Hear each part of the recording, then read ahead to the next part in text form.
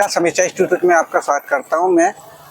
आज हम एमपीपीएससी आया हुआ है, जहां अभी जो अभ्यर्थी इंटरव्यू देके बाहर निकले हैं, हम उनसे जानने की कोशिश करते हैं किस तरीके से कैसा क्या माहौल रहा इंटरव्यू का और कैसे क्या क्वेश्चन पूछे गए हैं। सर, आपका नाम? मेरा नाम डॉक्टर मनोज कुमार सुमन है। सर, आप कहाँ से हैं? मैं पोरसा मुरैना का रहने वाला हूँ। सर, आप किन के बोर्ड में पढ़ा था आपका? हमारा बोर्ड 1 था और महिला सर उसके चेयरपर्सन थे। सबसे पहले व्यूअर्स को सभी को बहुत बहुत नमस्कार और धन्यवाद। सर, कितना टाइम तक चला आपका इंटरव्यू? लगभग ये मान के चलिए 15 से 17 मिनट। सर, थोड़ा सा बताना चाहेंगे किस तरीके से पहला क्वेश्चन और अदर पर्सन ने क्वेश्चन पूछे थे? दो चीज़ों की विविधता है कि एक ये है कि जो जॉब वाले अभ्यर्थी हैं उनसे जॉब से रिलेटेड और उन्होंने किस प्रकार की उनके पास योग्यता है। पीएचडी है, जैसे मेरे पास 11 टाइम नेट रहा, जेआरएफ रहा, तो इसलिए स्पेशली फोकस उनका नेट और पीएचडी वर्क पे रहा। जी। सब्जेक्ट से केवल मात्र 1-2 क्वेश्चन पूछे, ज़्यादा नहीं।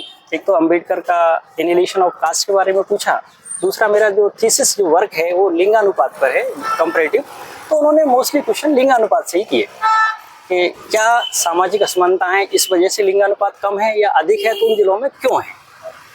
सर, करंट अफेयर से कोई क्वेश्चन? हाँ, स्पेशली मुझसे तो नहीं, कुछ अन्य जो अभ्यर्थी रहे उनसे करंट अफेयर के बारे में पूछा गया है। मुझसे केवल मेरे एजुकेशन और एजुकेशन में किस प्रकार आपका जो गैप रहा है वो उन्होंने इस प्रकार की बातें रखी। सर, आपकी हॉबी से कोई क्वेश्चन पूछा था? हॉबी से भी कोई क्वेश्चन नहीं बना है इस बार। जैसे कि आपने बताया आप मुरैना से हैं, तो जैसे मुरैना से कोई क्वेश्चन? हाँ, क्षेत्र से किस क्षेत्र से आपने एजुकेशन किया है, तो मेरा एजुकेशन जो ग्रेजुएशन रहा मेरा अम्बा पीजी कॉलेज से रहा, तो उन्होंने कॉलेज के बारे में थोड़ा सा पूछा कि और फिर आपने ये बदला है तो किस प्रकार से। बहुत ही अच्छा बोर्ड है, बहुत शालीनता के साथ आपके साथ व्यवहार है और आपकी जो योग्यता है उसी के अनुसार वो प्रश्न कर रहे हैं। सर, रिसर्च से कोई क्वेश्चन आया था? हाँ, रिसर्च से केवल ये पूछा गया कि आपने कौन सी मेथोडोलॉजी यूज की है, क्या आपका टेक्निक्स टूल्स क्या रहे हैं, इस प्रकार से उन्होंने क्वेश्चन किए।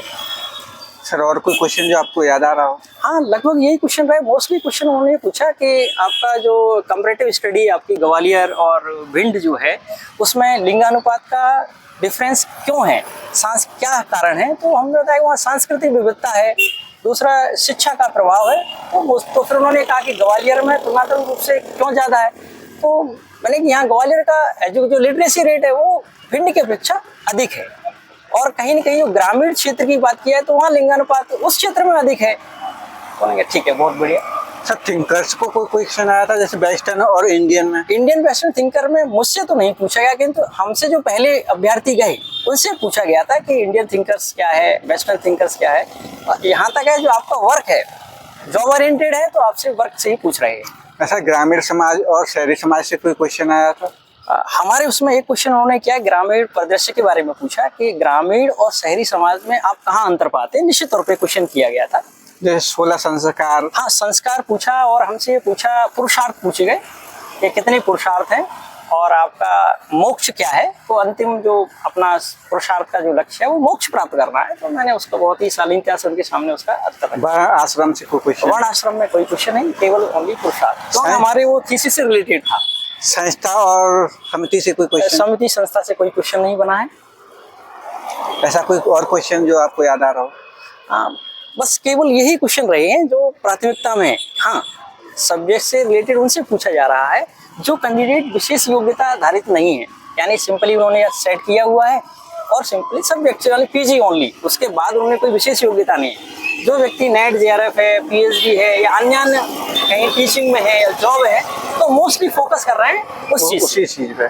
सब्जेक्ट का तो ये आइडिया उनको लगा के चल रहे हैं कि आपके पास यही योग्यता है तो सब्जेक्ट तो आपका बहुत अच्छा होगा, ये उनका मानना है। सर, आने वाले अभ्यर्थियों के लिए कुछ बताना चाहोगे? ये बताना है, बिल्कुल घबराना नहीं है, बहुत ही शालीनता के साथ जाइए, बहुत ही अच्छा माहौल है। संस्थाओं में जो हमको परोसा जा रहा है उससे कोसों दूर की स्थिति है यहाँ।